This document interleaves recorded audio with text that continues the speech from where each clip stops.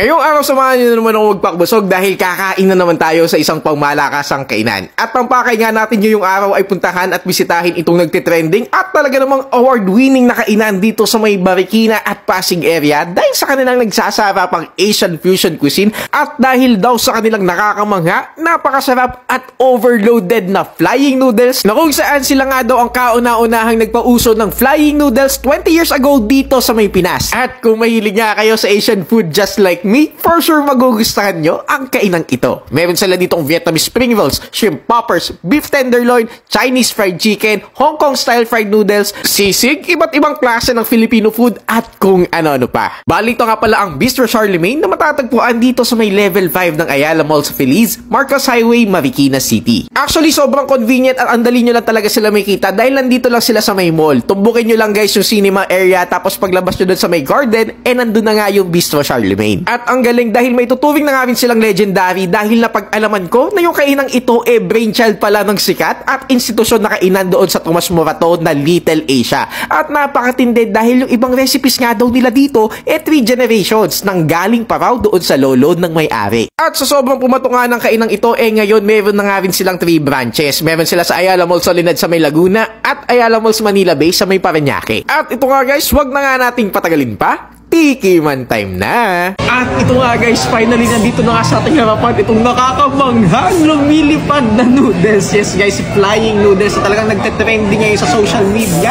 Kasi yan, itsura pa lang nakakatakam na at nakakamangha. Actually guys, no, isa nga itong Hong Kong style fried noodles. At ito grabe, ang daming sahog overloaded. Ayan, meron siyang beef noodles, merong mushroom, yan, may hipon, carrots. Basta, ang daming sahog. At yan, tikman natin kung makakalipad tayo sa sarap. Kaya naman, let's go!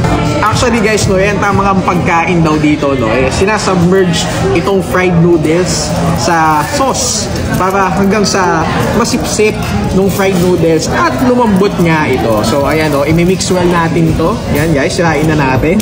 Yan.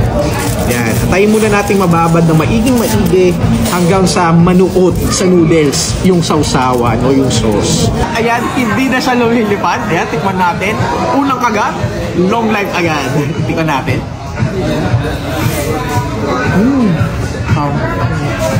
Ang sarap.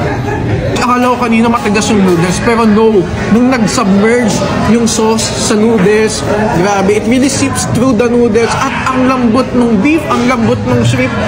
Ang sarap nito. Sarap na combination, templado, panhalong-panalo. Bukod sa noodles, pinaka-favorite ko yung kanilang Little Asia's Crispy Chicken. Sobrang juicy at malasa talaga mula balat hanggang laman. Beef tenderloin with cheese, grabe, sobrang sarap nito lalo kapag mainit. Nagme-melt sa loob yung cheese, basta explosion of flavor. Shrimp poppers, panalong-panalo, may sipa ng anghang yung shrimp tapos refreshing yung salad. Yung oxisig, mouth-watering at super packed ng flavor. Sa akin, sobrang na-enjoy ko talaga itong Bistro Charlemagne. Lahat kasi ng dishes na tikman ko, masarap talaga. No wonder award-winning at babalik-balikan. Yun lang, finish na.